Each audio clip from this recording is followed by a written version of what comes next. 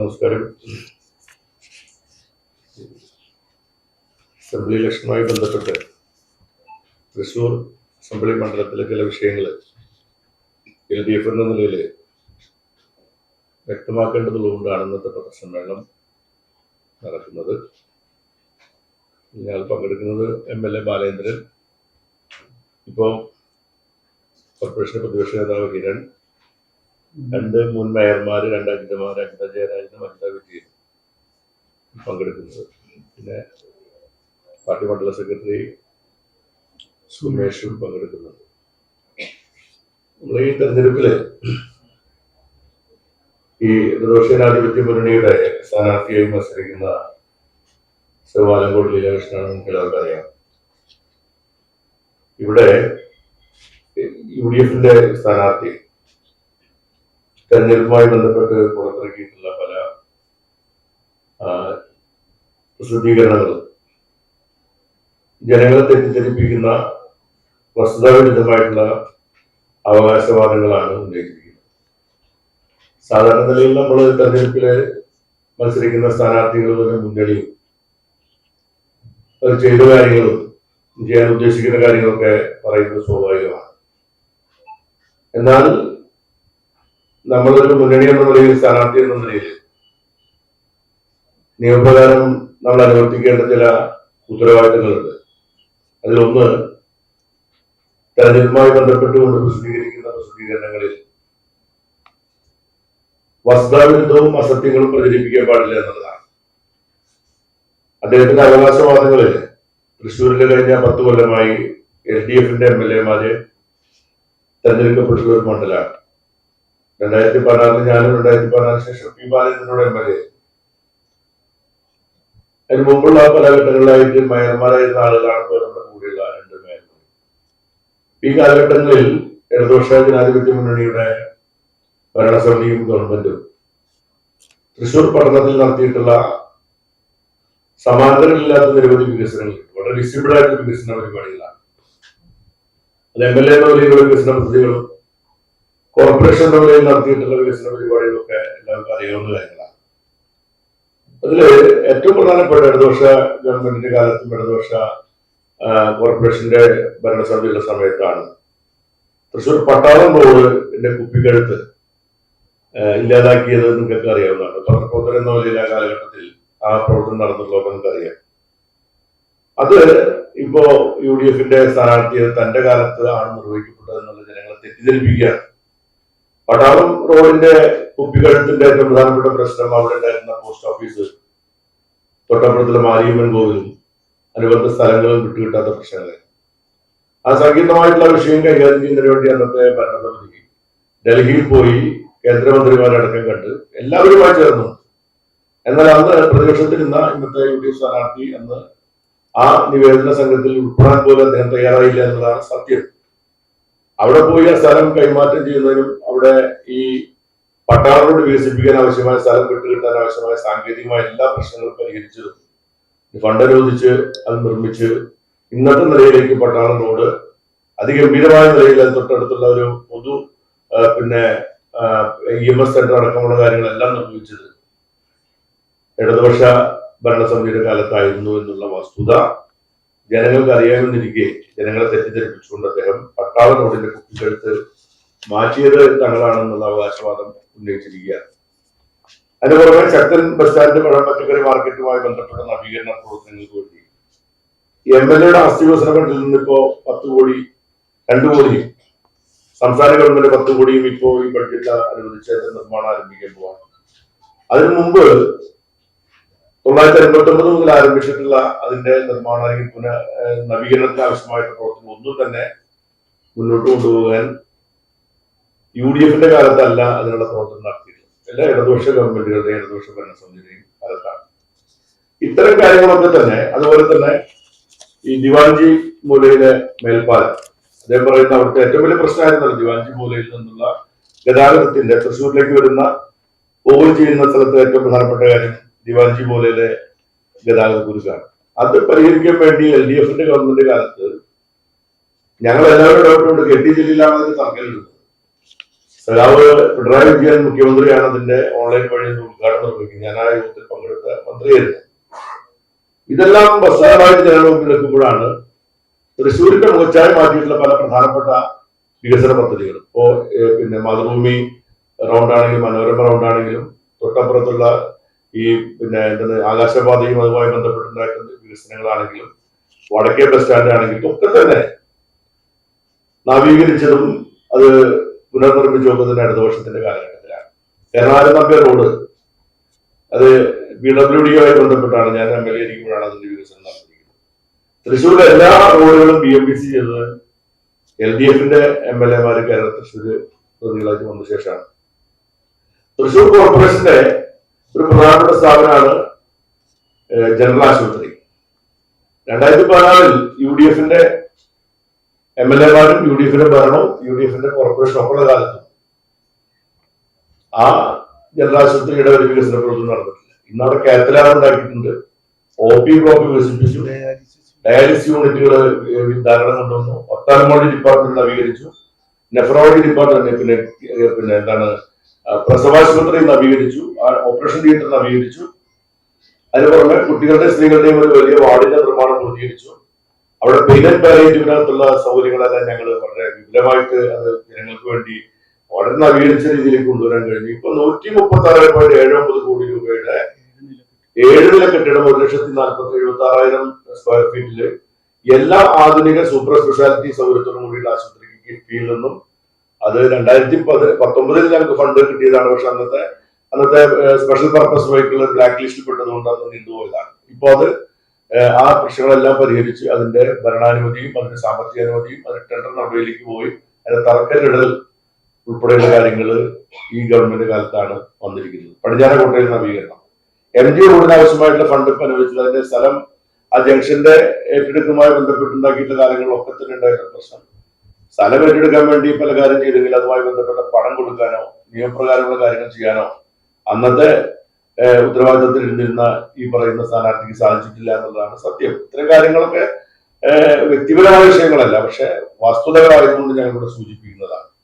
മാത്രമല്ല ഇവിടുത്തെ master plan തയ്യാറാക്കിയപ്പോ ഏറ്റവും പ്രധാനപ്പെട്ട പ്രശ്നം അതാണ്. തൃശ്ശൂര് ഈ മാസ്റ്റർ പ്ലാൻ തയ്യാറാക്കിയ സമയത്ത് UDF ഉണ്ടാക്കിയ മാസ്റ്റർ പ്ലാൻ എന്ന് പറഞ്ഞാൽ അവർക്ക് വലിയ ഭൂരിപക്ഷമുള്ള സമയത്ത് അവരെ DCC ഓഫീസിൽ നിന്ന് ചർച്ച നടത്തി കൊണ്ടുവന്ന മാസ്റ്റർ പ്ലാൻ അന്ന് 2 മിനിറ്റ് കൊണ്ട് കോർപ്പറേഷൻ പാസ്സാക്കി കൊടുക്കേണ്ടത്. ആ മാസ്റ്റർ പ്ലാൻ ഇവിടെ കൊണ്ടുവന്ന ആള് ഇവിടുത്തെ സ്ഥാനാർത്ഥിയാണ്. ആ മാസ്റ്റർ പ്ലാൻ വരികയായിരുന്നെങ്കിൽ നമ്മുടെ തൃശ്ശൂർ സ്വരാജിന്റെ കൊണ്ട് 14 മീറ്റർ കൂടി വീതിക്കുമ്പോൾ തേക്കിൻകാട് മൈതാനം എന്ന് പറയുന്നതിന്റെ സിംഹഭാഗവും റോഡായിട്ട് മാറുന്ന സാഹചര്യം ഉണ്ടാകുമായിരുന്നു. തിരുവമ്പാടി അമ്പലം, നമ്മുടെ ഇപ്പുറത്ത് എന്താണ് അരുണാചലപ്പള്ളി ഉൾപ്പെടെയുള്ള വളരെ പ്രധാനപ്പെട്ട ദേവാലയങ്ങൾ, ഒല്ലൂർപ്പള്ളി ഉൾപ്പെടെ ദേവാലയങ്ങൾക്കൊക്കെ ചരിത്ര പ്രധാനമുള്ള പിന്നെ പുരാവസ്തു പ്രാധാന്യമൊക്കെയുള്ള വിശ്വാസ പ്രാധാന്യമുള്ള ദേവാലയങ്ങൾക്ക് പോലും ഗുരുതരമായിട്ടുള്ള പ്രശ്നം ഉണ്ടാക്കുന്ന രീതിയിൽ കൊണ്ടുവന്ന മാസ്റ്റർ പ്ലാൻ മാറ്റി വളരെ ജനകീയമായ രീതിയിൽ അത് ചർച്ചകൾ നടത്തി ഇന്നത്തെ നിലയിലേക്ക് അത് മാറ്റം വരുത്തിയത് സത്യത്തിൽ ഇടതുപക്ഷ ഗവൺമെന്റും ഇടതുപക്ഷ ഭരണസമിതിയുടെയും ചുമതലയും നടന്നിട്ടുള്ള കാര്യങ്ങളാണ്. ഈ പ്രധാനപ്പെട്ട ആവശ്യപ്പെട്ട കാര്യങ്ങളെല്ലാം ഉണ്ടായിരുന്ന സമയത്ത് മേയർമാരായിരുന്ന ആളുകളാണ് അജിത വിജയൻ, അജിത ജയരാജൻ. ആ സമയത്ത് MLA എന്ന ആൾ ഞാനാണ്, പിന്നീട് MLA ഒന്നാണ് ബാലേന്ദ്രനാണ്. ഇത്തരം കാര്യങ്ങൾ ഞങ്ങൾ പത്രപ്രവർത്തകരോട് പറയുന്നതിന് കാരണം എന്താണെന്ന് വെച്ചാൽ ഞങ്ങൾ ഇത് സംബന്ധിച്ച് പരാതി കൊടുത്തിരുന്നു. ഇതിങ്ങനെ ഈ ജനപ്രാതിനിധ്യ നിയമത്തിനകത്ത് ഇത്തരം അവകാശവാദങ്ങൾ ഉന്നയിക്കുന്നതിനുമായി ബന്ധപ്പെട്ടുകൊണ്ട് പരാതി കൊടുത്തെങ്കിലും ആ പരാതിയിൽ സ്വാഭാവികമായിട്ടും ഇലക്ഷൻ കമ്മീഷൻ എടുക്കുന്ന നടപടികളെ സംബന്ധിച്ച് ഞങ്ങൾക്ക് പ്രത്യേകിച്ച് അതിൽ നടപടികളൊന്നും ഉണ്ടാവാത്ത സാഹചര്യത്തിൽ ജനങ്ങളോട് തുറന്നു പറയുക എന്നുള്ള ഉത്തരവാദിത്വം ഞങ്ങൾക്കുണ്ട്. അതുകൊണ്ട് ഞങ്ങൾ പല രീതിയിലുള്ള പ്രസിദ്ധീകരണങ്ങൾ നടത്തുന്നുണ്ടെങ്കിലും പത്രസമ്മേളനത്തിലൂടെ കാര്യങ്ങൾ അന്നത്തെ ഉത്തരവാദിത്തപ്പെട്ട ജനപ്രതിനിധികളായിരുന്ന ആളിൽ നിന്ന നിലയിൽ ഇക്കാര്യങ്ങൾ നിങ്ങളെ അറിയിക്കാൻ വേണ്ടിയിട്ടാണ് ഇന്ന് ഈ പത്രസമ്മേളനം നടത്തിയത്. ഈ വസ്തുത ജനങ്ങൾ അറിയണം. LDF കഴിഞ്ഞ 10 കൊല്ലം ചെയ്തിട്ടുള്ള കാര്യങ്ങൾ ഒന്നൊന്നായി ഞങ്ങള് ആലങ്കോട് ലീലാഷിന്റെ പ്രചരണവുമായി ബന്ധപ്പെടുത്തിക്കൊണ്ടുള്ള പ്രസിദ്ധീകരണങ്ങൾ ഞങ്ങൾ അവകാശപ്പെട്ട് കൊണ്ടുവന്നു. ഒന്നുപോലും ഇപ്പോ പ്രധാനപ്പെട്ട കാര്യം ലാലൂർ സ്റ്റേഡിയം സ്പോർട്സ് കോംപ്ലക്സ് ആണ്. UDFന്റെ സ്ഥാനാർത്ഥി അടക്കമുള്ള ആളുകളുടെ ഭരണ കാലഘട്ടത്തിൽ ഒന്നും തന്നെ യാതൊരു പ്രശ്നങ്ങൾക്ക് പരിഹാരം ഉണ്ടാക്കാൻ കഴിയുന്നുണ്ടോ? 2016 അതിനുവേണ്ടി നമ്മള് കിഫ്ബിയിലൂടെ പണം കണ്ടെത്തി ഇന്ന് കാണുന്ന നിലയിലേക്കുള്ള ഇൻഡോർ സ്റ്റേഡിയവും ഫുട്ബോൾ കോർട്ടും പിന്നെ സ്വിമ്മിംഗ് പൂൾ അടക്കമുള്ള അതിവിപുലമായിട്ടുള്ള അന്താരാഷ്ട്ര നിലവാരമുള്ള ഒരു സ്പോർട്സ് കോംപ്ലക്സിന്റെ നിർമ്മാണം അത് അന്തിമഘട്ടത്തിലേക്ക് എത്തിയതിന്റെ ഭാഗികമായ ഉദ്ഘാടനം ഇപ്പൊ പൂർത്തീകരിക്കപ്പെട്ട് കഴിഞ്ഞിരിക്കുകയാണ്. അതൊരു സ്വപ്ന പദ്ധതിയാണ്. അത് കൊണ്ടുവന്നത് തൃശൂർ പട്ടണത്തിന്റെ ഏറ്റവും പ്രധാനപ്പെട്ട പ്രശ്നങ്ങൾ പരിഹാരം ഉണ്ടാക്കാൻ വേണ്ടിയിട്ടാണ്. കുടിവെള്ള പ്രശ്നത്തിന്റെ പ്രശ്നം പരിഹരിച്ച LDF കാലത്തല്ലേ PG പദ്ധതി പൂർത്തീകരിക്കപ്പെട്ടതിന് ശേഷം ഇവിടുത്തെ കുടിവെള്ളത്തിന് പൂർണ്ണ പരിഹാരം ഉണ്ടാക്കിയത്. 285 കോടി രൂപ കിഫ്ബിയിൽ അനുവദിച്ച് തിരുക്കുഴിയിൽ നിന്നും 1.5 ഏക്കർ സ്ഥലം അയ്യങ്കുന്നിൽ വാങ്ങി അവിടെ നിന്നുള്ള വെള്ളം ശുദ്ധീകരിച്ച് 2050 കണക്കാക്കിക്കൊണ്ട് വരുന്ന ജനസംഖ്യ ആനുപാതികമായിട്ടുള്ള ജലലഭ്യത ജലത്തിന്റെ ആവശ്യകതയ്ക്കനുസരിച്ചുള്ള ജലം ശുദ്ധീകരിക്കാനുള്ള പദ്ധതി ഇപ്പോൾ ഓൺഗോയിങ് നടന്നു ആരംഭിച്ചു കഴിഞ്ഞിട്ടുള്ളതാണ്. അതോടൊപ്പം ഇവിടെ തൃശ്ശൂരിന്റെ വെള്ളക്കെട്ട് പരിഹരിക്കാൻ വേണ്ടിയിട്ടുള്ള താണിക്കുടം പുഴയിൽ നിന്ന് വരുന്ന വെള്ളം കടന്നു പോകുന്ന തൃശ്ശൂർ പട്ടണവുമായി ബന്ധപ്പെട്ടിട്ടുണ്ടായിരുന്ന ഹരിനഗർ പോലെയുള്ള പ്രദേശത്തെ ഏറ്റവും പ്രധാനപ്പെട്ട വെള്ളക്കെട്ടിന്റെ പ്രശ്നങ്ങൾക്ക് പരിഹാരം ഉണ്ടാക്കാൻ വേണ്ടി തൃശ്ശൂർ മന്ത്രി എന്ന നിലയിൽ കൊണ്ടുവന്ന പദ്ധതികളാണ്. ഞാൻ തന്നെ കാൽനടയായി തോടുകളിലൂടെ ഒക്കെ സഞ്ചരിച്ച് എല്ലാ സ്ഥലത്തെയും പിന്നെ ഡ്രഡ്ജിങ് നടത്തി പ്രധാനപ്പെട്ട പിന്നെ തടസ്സങ്ങളൊക്കെ മാറ്റി. മാത്രമല്ല മേനാമാവ് ബണ്ടിലേക്ക് പോകുന്ന പ്രധാനപ്പെട്ട ചെമ്മീൻ ചാല് ഉൾപ്പെടെയുള്ള ചാലുകളെല്ലാം 1957 അത് ആരംഭിക്കുന്ന ബെഡ് ലെവലിലേക്ക് കൊണ്ടുവന്ന് എല്ലാ പ്രധാനപ്പെട്ട ചാലുകളും വെള്ളം സുഗമമായി ഒഴുകിപ്പോകുമെന്ന് ഉറപ്പുണ്ടാക്കിയപ്പോഴാണ് തൃശ്ശൂർ പട്ടണത്തിന്റെ വെള്ളക്കെട്ടിന് പരിഹാരം ഉണ്ടാക്കിയത്. അത് വളരെ വിസിബിൾ. അത് അന്നത്തെ കൃഷി ഡിപ്പാർട്ട്മെന്റ് നേതൃത്വത്തിൽ അത് KLDC ഉൾപ്പെടെയുള്ള ഏജൻസികൾ കൃഷി ഇറിഗേഷൻ ഡിപ്പാർട്ട്മെന്റ് കൂടി സംയുക്തമായി അന്ന് ജില്ലാ കളക്ടറെ ഷാനവാസിനെ ചുമതലയേൽപ്പിച്ചുകൊണ്ട് പ്രത്യേക കമ്മിറ്റി ഉണ്ടാക്കി. അന്നത്തെ കൗൺസിലർമാർ എല്ലാവരും കൂടി ചേർന്നുകൊണ്ടാണ് അന്നത്തെ കമ്മിറ്റി അവരുടെ നിർദ്ദേശപ്രകാരമുള്ള വളരെ ജനകീയമായ രീതിയിലാണ് ആ പ്രശ്നങ്ങൾക്ക് പരിഹാരം ഉണ്ടാക്കിയത്. അതുൾപ്പെടെയുള്ള തൃശ്ശൂർ പട്ടണത്തിന്റെ സമഗ്രമായിട്ടുള്ള പുരോഗതിക്ക് വേണ്ടി പ്രയത്നിച്ച അത് ഇടതുപക്ഷ ഗവൺമെന്റിന്റെ ഇടതുപക്ഷത്തിന്റെ ഈ 10 വർഷത്തിന്റെ കാലഘട്ടത്തിലാണ് എന്നുള്ളത് വസ്തുതയായ കാര്യമാണ്. അത് പത്രപ്രവർത്തകരായിരിക്കും നിങ്ങളോട് പറയുക എന്നുള്ളത് ഞാൻ ഉത്തരവാദിത്തമായതുകൊണ്ട് തെരഞ്ഞെടുപ്പിൽ ജനപ്രതിനിധികളായിരിക്കും മത്സരിക്കുന്ന ആളുകൾ ഏത് മുന്നണിയിലുള്ള ആളുകളാണെങ്കിലും ജനങ്ങളെ തെറ്റിദ്ധരിപ്പിക്കുന്നത് ഈ ഇലക്ഷൻ നിയമങ്ങൾക്ക് എതിരായിട്ടുള്ള കാര്യമാണ്. അപ്പൊ ഞങ്ങൾ അതിനുമായി ബന്ധപ്പെട്ട് പറയാനുള്ള കാര്യങ്ങൾ നിങ്ങളോട് പറയാണ്. കഴിഞ്ഞ 5 വർഷം LDF മേയറായിരുന്ന ആൾ തന്നെ പറയുന്നത് NGO ഏത് മേയർ പറഞ്ഞ വർഗീസ് പറയുന്നതെന്ന് ഞാൻ മറുപടി പറയുന്നില്ല. അല്ല, MG റോഡിന്റെ വികസനത്തിന് ഞാൻ MLA ആയിരിക്കുന്ന സമയത്ത് ആ സ്ഥലം എടുക്കുന്നതിന് വേണ്ടിയിട്ടുള്ള ഒരുപാട് ശ്രമങ്ങൾ നടത്തി. അപ്പൊ അതിന്റെ അന്ന് പാരമ്പര്യ രാഷ്ട്രീയ കാലത്ത് 4 കോടി രൂപ അനുവദിച്ചു. അത് സ്ഥലം ഏറ്റെടുക്കാൻ കഴിഞ്ഞില്ല. രണ്ടാമത് ഞാൻ MLA ആയിരിക്കുന്ന സമയത്ത് 15 കോടി രൂപ വീണ്ടും അത് വർദ്ധിപ്പിച്ച് അനുവദിച്ചുകൊണ്ട് സ്ഥലം ഏറ്റെടുക്കലിന്റെ അന്തിമഘട്ടത്തിലേക്ക് തൊട്ടടുത്തുള്ള ആ വാഴയിൽ തന്നെയുള്ള മോഹൻ ഡോക്ടർ സ്ഥലം സ്വയം വിട്ടുകൊടുത്ത ആളാണ്. പക്ഷെ അദ്ദേഹം അത് വളച്ചു കെട്ടി വെച്ചിരിക്കുകയാണ്. അദ്ദേഹം പറഞ്ഞ എപ്പോഴും തയ്യാറാണ്.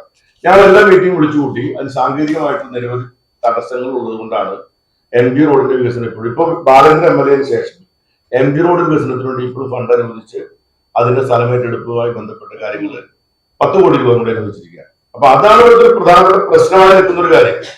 അതിലും ഞങ്ങൾ ആത്മാർത്ഥമായി ഇടപെടുകയും അതിന് ഫണ്ട് കൃത്യമായി കൊടുക്കുകയും അതിന്റെ ഈ തടസ്സം നീക്കാൻ വേണ്ടിയിട്ടുണ്ടായിരുന്ന കാലതാമസമല്ലാതെ ഭരണപരമായി പ്രത്യേകിച്ച് സ്വകാര്യ വ്യക്തികളായി സ്ഥലം ഏറ്റെടുക്കുമ്പോൾ അതിന്റെ വില നിശ്ചയിക്കുന്നതുമായി ബന്ധപ്പെട്ടും അത് കൊടുക്കുന്നതിന് വേണ്ടി വരുന്ന തുക സാധാരണ ഇപ്പോ നഷ്ടപരിഹാരം കൊടുക്കുന്നതുമായി ബന്ധപ്പെട്ടുണ്ടായിരിക്കുന്ന നിബന്ധനകൾ അനുസരിച്ച് തൃശ്ശൂർ പട്ടണത്തിലെ വിലയും കൂടി കണക്കിലെടുക്കുമ്പോൾ വൻ തുക വരുന്നത് കൊണ്ട് കോർപ്പറേഷൻ ഉണ്ടായിരിക്കുന്ന പ്രശ്നങ്ങളാണ് ആ സ്ഥലം ഏറ്റെടുക്കുന്നതിന് സ്വകാര്യ വ്യക്തികളുടെ തടസ്സങ്ങൾ. ഇത് രണ്ടും കൂടി ചേർന്നുകൊണ്ടുണ്ടായിരിക്കുന്ന നിയമപരമായ തടസ്സങ്ങൾ പോലെയാണ് MG റോഡിന്റെ വികസനത്തിന് ചില തടസ്സങ്ങൾ ഉണ്ടാക്കിയിരിക്കുന്നത്. അല്ലാതെ ആരും മനഃപൂർവ്വം തടസ്സം ഉണ്ടാക്കിയിട്ടില്ല. അപ്പൊ അത് എല്ലാവരും കൂടി പരിഹരിക്കേണ്ട വിഷയമാണ്. അതിപ്പോ അത് രാഷ്ട്രീയമായി മാത്രം കണ്ട കാര്യങ്ങളല്ല. അന്ന് ഞങ്ങൾ പരിഹരിക്കാൻ വേണ്ടി BJPയുടെയും കോൺഗ്രസിന്റെയും ഒക്കെ കൗൺസിലർമാർ എല്ലാവരും കൂടി ഇരുന്നിട്ടാണ് ആ പ്രശ്നങ്ങൾ പരിഹാരം ഉണ്ടാക്കാൻ വേണ്ടി ഞങ്ങൾ ശ്രമിച്ചിട്ടുള്ളത്. ഇപ്പോഴും ആ ശ്രമം നടന്നുകൊണ്ടിരിക്കുന്നു. ഞങ്ങളിവിടെ തീർച്ചയായിട്ടും ഇവിടെ ജനപ്രതിനിധിയായിരിക്കുന്ന ആളുകൾ അതിന് പരിഹാരം ഉണ്ടാക്കുക എന്നുള്ളത് ഞങ്ങളുടെ കൂടി ഉത്തരവാദിത്തമാണ്. യാതൊരു സംശയമില്ലാത്ത കാര്യമാണ്.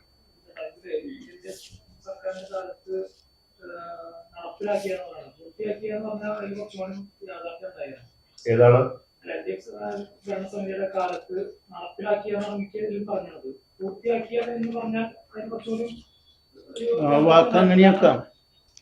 ആരംഭിച്ചതെന്നാണെന്ന് കൃത്യമായിട്ട് നമുക്ക് അറിയാം. ഇവിടെ അതായത് ഇപ്പൊ കൂത്തുകൊണ്ട് മേൽപ്പാലത്തിന്റെ സമരം നടത്തിയിട്ടുള്ളതാണ്. അതായത് മുൻ ഭരണസമിതി മേയർ രാജൻ കല്ലൻ കോർപ്പറേഷൻ ഫണ്ടിൽ നിന്ന് പൈസ മുൻകൂർ കെട്ടിവെച്ചു എന്ന് പറഞ്ഞിട്ട് കഴിഞ്ഞ ഭരണസമിതി കോർപ്പറേഷൻ ആളുകൾ എനിക്ക് ഇതിനോട് ചോദിച്ചറിയാം ഈ സമയത്ത് കൂടി മുൻകൂർ പൈസ കെട്ടിവെച്ചു എന്ന് പറഞ്ഞിട്ട് അതായത് റെയിൽവേ തുക കോർപ്പറേഷൻ ഫണ്ടിൽ നിന്ന് കെട്ടിവെച്ചു എന്ന് പറഞ്ഞിട്ട് 2 ഭരണസമിതി പോയി. ഇപ്പോഴത്തെ ഭരണസമിതിയിൽ കൃത്യമായിട്ട് അറിയില്ല വിഷയം ഉന്നയിച്ചിട്ടുണ്ടാവും, പക്ഷെ കാര്യം നടന്ന ഡിഫറെന്റ് കാലത്താണ്. അല്ല, ഞാനിപ്പോ ലാലൂരിലെ വിഷയം എത്ര കൊല്ലമായിട്ട് ആളുകൾ പറഞ്ഞുകൊണ്ടിരിക്കുന്ന കാര്യം അല്ല, പൂർത്തിയാക്കുന്ന ഡിഫറെന്റ് കാലത്ത് തന്നെയാണ്. അതായത് തുടങ്ങി വെക്കുക എന്ന് പറയുന്നത് ഇപ്പോ ഉമ്മൻചാണ്ടി എത്ര കാര്യം ഇപ്പോ എത്ര കാര്യങ്ങളെ പറ്റി പറയുന്നു. ഇതില് ഇപ്പോ വിഴിഞ്ഞ പോർട്ട് ഉണ്ടാക്കിയതാരാ, എല്ലാവർക്കും പങ്കുണ്ടാവും. പക്ഷെ അത് പൂർത്തീകരിക്കുക എന്ന് പറയുന്ന ഡിറ്റർമിനേഷനോട് കൂടി ആ പ്രവർത്തനം നടത്തി എന്ന് പറയുമ്പോൾ അത് പൂർണ്ണമായിട്ടും നമ്മുടേതാണെന്ന് അവകാശപ്പെട്ടുകൊണ്ട് തെരഞ്ഞെടുപ്പ് വരുമ്പോൾ ഞങ്ങൾക്ക് അത് പറയേണ്ട കാര്യങ്ങൾ ഞങ്ങൾ പറയേണ്ടി വരും. അത് പറഞ്ഞിരിക്കുന്നു. അഭിപ്രായ വ്യത്യാസം അതിനെപ്പറ്റി തർക്കിച്ചോട്ടെ, ഞാൻ കുഴപ്പമില്ല. ഞാൻ രാഷ്ട്രീയം ഉന്നയിക്കുന്ന വസ്തുതയാണ്. ഈ ലാലൂർ പ്രശ്നം 79 മുതൽ തുടങ്ങിയിട്ടുള്ള പ്രശ്നം. അതെ, ഇപ്പൊ ഉണ്ടോ ലാലൂർ പ്രശ്നം? അങ്ങനെയുള്ള അടിസ്ഥാനപരമായ മാറ്റങ്ങളാണ് LDF കൊണ്ടുവന്നിട്ടുള്ളത്. അതിന് അവകാശവാദം ഉന്നയിക്കുന്നത് ശരിക്കും പറഞ്ഞാൽ തെരഞ്ഞെടുപ്പ് ചട്ടലംഘനാണ്. ഈ വെള്ളക്കെട്ട് പരിഹരിച്ചു ഇപ്പോഴും ബീച്ചിൽ പെട്ടെന്ന് വെള്ളം വിട്ടു കഴിഞ്ഞാൽ അല്ല, വെള്ളക്കെട്ട് പെട്ടെന്ന് വരും എന്ന് അന്നത്തെ വെള്ളക്കെട്ടിന്റെ പ്രശ്നം എന്താ വെച്ചാൽ വെള്ളം വന്നാൽ ഒഴിഞ്ഞു പോകാൻ ദിവസങ്ങൾ എടുക്കുന്നതാണ്. സ്വാഭാവികമായിട്ടും നമ്മുടെ തൃശ്ശൂർ പട്ടണത്തിൽ ഇപ്പോഴും പൂർണ്ണമായിട്ട് വെള്ളക്കെട്ട്, എല്ലാ പ്രദേശത്തും വെള്ളക്കെട്ട് പൂർണ്ണമായിട്ട് ഒഴിവായിട്ടില്ല. പക്ഷെ ഏറ്റവും പ്രധാനപ്പെട്ട ഈ പൂങ്കുന്നം മേഖല, ഹരിനഗർ മേഖല, അങ്ങനെ തുടങ്ങിയിട്ടുള്ള പട്ടരാക്കൽ മേഖലയിലാണ് താഴ്ന്നു കിടക്കുന്ന പ്രദേശം എന്ന് പറയുന്ന സ്ഥലത്താണ് ഏറ്റവും വലിയ വെള്ളക്കെട്ടിന്റെ വിഷയം ഉണ്ടായിരുന്നത്. ആ വെള്ളക്കെട്ടിന്റെ വിഷയത്തിന് വേണ്ടി അന്ന് മാസ്റ്റർ പ്ലാൻ ഉണ്ടാക്കിയത് ഞാൻ MLA ആയിരിക്കുന്ന സമയത്ത് അന്നത്തെ കലക്ടറെ ചുമതലപ്പെടുത്തിയതിന്റെ അടിസ്ഥാനത്തിൽ വിവിധ കമ്മിറ്റികൾ, ഹൗസിംഗ് നമ്മുടെ റെസിഡൻസ് അസോസിയേഷന്റെ ഭാരവാഹികളും കൂടി ഞങ്ങൾ ഒരു ജനകീയ കമ്മിറ്റി ഉണ്ടാക്കി. ഞങ്ങൾ കാൽനടയായി എവിടെയാണ് തടസ്സങ്ങൾ, കാരണം പണ്ടൊക്കെ കൃഷി സ്ഥലങ്ങളാണുള്ളതൊക്കെ. അന്നിപ്പോ ഒരു ഉദാഹരണം പറഞ്ഞാൽ നമ്മുടെ MLA റോഡ് കടന്നു പോകുന്ന സ്ഥലത്ത് ഒരൊറ്റ കൾവർട്ട് മാത്രം ഉണ്ടായിരുന്നു. അവിടെ 6 കൾവർട്ട് ഞങ്ങൾ പണിതു. കാരണം വെള്ളം സുഖമായി കടന്നു പോകണമെങ്കിൽ അത് വേണ്ടി വരും. ഈ മെയിൻ കനാലുണ്ട്, ആ കനാലിൽ കടന്നു പോകാൻ ഒരൊറ്റ വഴി ഉണ്ടായിരുന്നു. അവിടെ മുഴുവൻ 4 എണ്ണം ഞങ്ങൾ നിർമ്മിച്ചു. കുറിഞ്ഞാക്കൽ അതൊക്കെ ഉണ്ടാക്കിയപ്പോഴാണ് തൃശ്ശൂർ പട്ടണത്തിന്റെ പ്രധാന ഭാഗങ്ങളിൽ നിന്ന് വെള്ളം, പിന്നെ അതിന് പുറമെ ഇത് നേരെ കോളിലേക്ക് പോയി കഴിഞ്ഞാൽ ചാലുകൾ മുഴുവനും മണ്ണ് കയറി വെള്ളം പൂർണ്ണമായിട്ട് ഒഴുകി പോകാത്ത സാഹചര്യം ഉണ്ടായിരുന്നു. അതിന് പ്രധാനപ്പെട്ട കാര്യം ഈ ചെമ്മീൻചാൽ എന്ന് പറയുന്ന സ്ഥലത്തുള്ള മെയിൻ ചാലിൽ നിന്ന് വെള്ളം എടുത്താലാണ് വെള്ളം കറക്റ്റായിട്ട് വലിച്ചു പോകുള്ളൂ. അതടക്കമുള്ള കാര്യങ്ങൾ കൃത്യമായി സ്റ്റഡി നടത്തി അതിന് പരിഹാരം ഉണ്ടാക്കിയത് ആ കാലത്ത് തന്നെയാണ്. എന്റെ അർത്ഥം തൃശ്ശൂർ ഇപ്പോഴും ഒരു പ്രധാനപ്പെട്ട ഒരു കൂടുതൽ വെള്ളം വന്നാൽ കുറച്ച് സമയമെങ്കിലും വെള്ളക്കെട്ട് നിൽക്കുന്ന പ്രശ്നങ്ങളുണ്ട്. അതിനുള്ള പരിഹാരം എന്ന് പറഞ്ഞാൽ പ്രാദേശികമായിട്ടുള്ള നിരവധി തോടുകൾ അടഞ്ഞുപോയിട്ടുണ്ട്. അടഞ്ഞുപോയ തോടുകളെല്ലാം തന്നെ പുനഃസ്ഥാപിക്കുന്നതിന് വേണ്ടിയിട്ടുള്ള നിരവധി കാര്യങ്ങൾ ഇനിയും ചെയ്യേണ്ടതുണ്ട്. അതുൾപ്പെടെയുള്ള അത് പ്രധാനപ്പെട്ട പ്രശ്നത്തിന് പരിഹാരം കണ്ടിട്ടുണ്ട്. ഇനി അനുബന്ധമായിട്ട് വരുന്ന കാര്യങ്ങൾക്ക് കൂടി പരിഹാരം കാണുക എന്നുള്ളതാണ് തുടർച്ചയായിട്ട് വരുന്ന ജനപ്രതിനിധികൾ ഘട്ടഘട്ടമായി ചെയ്യേണ്ട കാര്യങ്ങളാണ്. അതുവരെ ആരും തന്നെ ടച്ച് ചെയ്യാത്തൊരു കാര്യമാണ്. കാരണം ഇതിലെ MLA ആണെങ്കിലും പിന്നെ ഒരു ഭരണ സംവിധാനം ഒരു ഫണ്ട് ചെയ്താൽ അവിടെ എഴുതി വെക്കാൻ പറ്റില്ല. ഇന്നടത്ത് ചെയ്തു ഒന്നും എഴുതി വെക്കാൻ പറ്റുന്ന പലപ്പോഴും അങ്ങനത്തെ കാര്യങ്ങൾക്ക് വേണ്ടി മാത്രം പിന്നെ ആളുകൾ ഫണ്ട് ചെലവാക്കുന്ന സംഗതികളുണ്ടായിരുന്നു. അങ്ങനെയല്ല ഞങ്ങൾ ഇടപെട്ടിരിക്കുന്നത്. അന്ന് പ്രശ്നം പരിഹരിക്കാൻ വേണ്ടി അതിന്റെ ഒറിജിനൽ ഇഷ്യൂ എന്താണെന്ന് തിരിച്ചറിഞ്ഞ് അതിന് വേണ്ടി പരിഹാരം ഉണ്ടാക്കാനുള്ള ശ്രമം ആത്മാർത്ഥമായി നടത്തിയിട്ടുള്ള ഒരാളെന്ന നിലയിലാണ് ഞാൻ ഇക്കാലത്ത് ആധികാരികമായിട്ട് ഇതോട് പറയുന്നത്. അതിൽ എന്തെങ്കിലും കുറവുകളൊക്കെ ഉണ്ടാകാം, അത് സംശയമില്ലാത്ത കാര്യമാണ്. ചിലപ്പോൾ അതിനകത്ത് എന്തെങ്കിലും ഇനി പരിഹരിക്കപ്പെടാത്ത വിഷയങ്ങൾ ഉണ്ടാവും, അത് നമുക്ക് പിന്നെ ചർച്ച ചെയ്ത് പരിഹരിക്കേണ്ടതാണ്. പക്ഷെ നമ്മൾ ഒരു തെരഞ്ഞെടുപ്പിൽ മത്സരിക്കുന്ന സമയത്ത് എല്ലാം നമ്മളാണ് ചെയ്തുകൊണ്ടിരിക്കുന്നത് എന്നുള്ള നിലയ്ക്ക് വികസനത്തിന്റെ മുഴുവൻ ആകത്തുക എന്റെ കയ്യിലാണെന്ന് പറയുന്ന രീതി അത് ഒരു നല്ല രീതി അല്ലാത്തതുകൊണ്ട് ഞങ്ങൾ ചില കാര്യങ്ങൾ പറയുന്നു. ഞങ്ങളെ പറ്റി വിമർശനം ഉണ്ടാവാം, അവർ ഇതുപോലെ പത്രസമ്മേളനം നടത്തി പറഞ്ഞോട്ടെ. ഞങ്ങൾക്ക് പറയാനുള്ള കാര്യം ഞങ്ങൾ പറയുന്നു, ഇത്രേ ഉള്ളൂ. അത് ഞങ്ങൾക്ക് റിപ്ലൈ സാറിന് വരുന്ന പരാതി സ്വീകരിച്ചു എന്ന് പറഞ്ഞിട്ട് പരാതി ലോഡ്ജ് ചെയ്യാന്നുള്ളത് ഞങ്ങളുടെ ഉത്തരവാദിത്തമാണല്ലോ. നടപടി എടുക്കേണ്ട ഇലക്ഷൻ കമ്മീഷനാണ്. അപ്പൊ ഇലക്ഷൻ കമ്മീഷൻ നടപടി എന്തുകൊണ്ട് എടുക്കുന്നില്ല എന്നുള്ളത് ഞങ്ങൾ ചോദിക്കുകയാണ്. അതിന് മറുപടി ഇതുവരെ ഞങ്ങൾക്ക് കിട്ടിയിട്ടില്ല. Okay, thank you.